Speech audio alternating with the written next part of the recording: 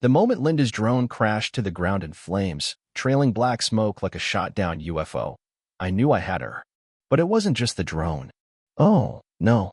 3 weeks earlier, she'd cut open a chain shipping container on my land, not knowing it held sealed federal evidence from an active investigation. By the time she realized what she'd done, I had the FAA, federal agents, and the county sheriff on my front lawn, and they weren't here for me. Linda wasn't your average nosy neighbor. She was the president of our so-called elevated community HOA, a title she wielded like royalty. She treated our quiet suburb like her personal kingdom, complete with lawn inspections and drone patrols. And me?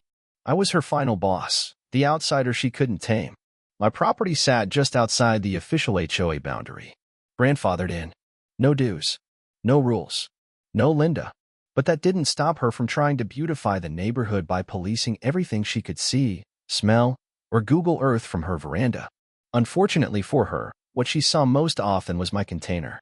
This wasn't some rusted-out junk bin. It was a climate-controlled, electronically sealed evidence locker, assigned to me under federal contract. I'm ex-military, cleared to store sensitive materials between transport phases. Protocol is religion.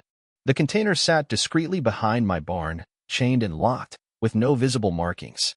But to Linda, it was an unauthorized industrial eyesore. She decided it had to go. It started with notes in my mailbox, HOA letterhead, bold fonts, all caps, violation of community standards. Remove large metal container immediately. Then came the town hall sniping. Some residents don't value aesthetic harmony. She would purr into the mic. She even brought a measuring tape to my driveway and claimed the container's shadow touched her lawn. I asked if she wanted me to adjust the sun. She escalated further by involving the HOA board. Or tried to. Turns out, they had no authority over my property. I showed them the deed, the exemption clause, and the federal contract. They backed off. Linda didn't. She deployed drones, took daily photos from her Range Rover across the street, even walked the perimeter pretending to be a compliance officer. I offered her a rake to step on. Then came the weekend I was out of town, delivering a shipment under escort. She saw her chance. She brought in the HOA handyman, a guy who looked more confused than complicit, and with bolt cutters, she broke into the container, cut through both chains, removed the lock, opened the doors. She thought she was dealing with my personal clutter. She wasn't.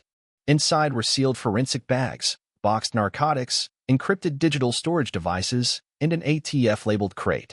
She opened everything, unsealed items, moved them into the sun, took before and after photos. She even snapped selfies. She had no idea she was trespassing on federal property.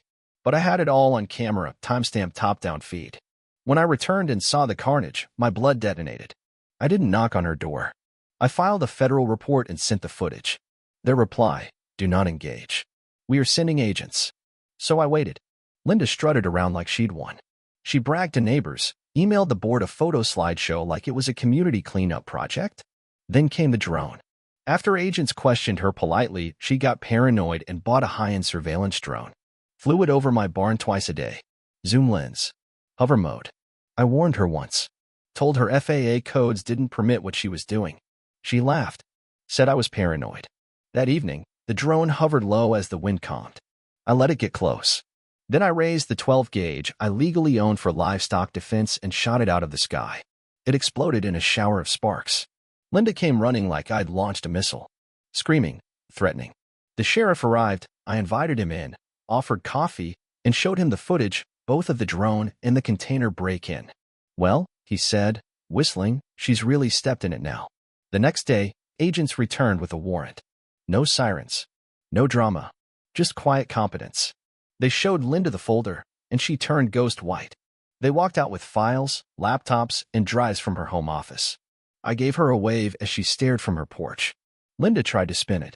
Told neighbors she was helping with an investigation. That she was a citizen watchdog. Then she claimed I was the one under investigation. At the next HOA meeting, she called for an emergency vote to censure me. For storing hazardous materials. For violence against community property, her drone. She printed letters. Hand-delivered mine with a smug smile. You might want to check your email, I said. Minutes earlier, my attorney had sent her a cease and desist, along with a DOJ advisory notice outlining the federal charges she could face. Tampering with federal evidence. Unauthorized surveillance. FAA violations. The whole list. She tried to backpedal. Claimed the container was open. That she didn't know what was inside. Blamed a handyman. But the footage was clear. Her, bolt cutters in hand, directing the guy like a foreman. The FAA sent their own letter. GPS logs from her drone showed repeated flights under 400 feet over private land, with audio recording enabled. That meant surveillance. Illegal surveillance. Then the agents came back. Round 2. They had a search warrant for everything HOA related. They found files in her garage under a tarp labeled Christmas lights. The board was furious. One guy, Chuck, said she might sue the HOA if she went down. I told him to let her. She had used HOA funds to pay the handyman and labeled the intrusion as a community initiative. That made the entire board co-conspirators. Linda doubled down. Hosted a board meeting in her living room. PowerPoint slides. Muffins. She called it Restoring Neighborhood Integrity. Someone recorded it. Sent me the footage.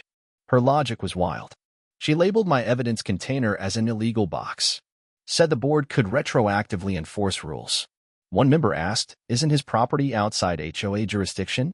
Her answer, legal boundaries are fluid. She motioned to censure me again. Filed new paperwork. Even mailed the neighborhood a glossy brochure. I framed mine, but the sheriff had all of it. Flyers, emails, presentation slides. The agents had her digital communications.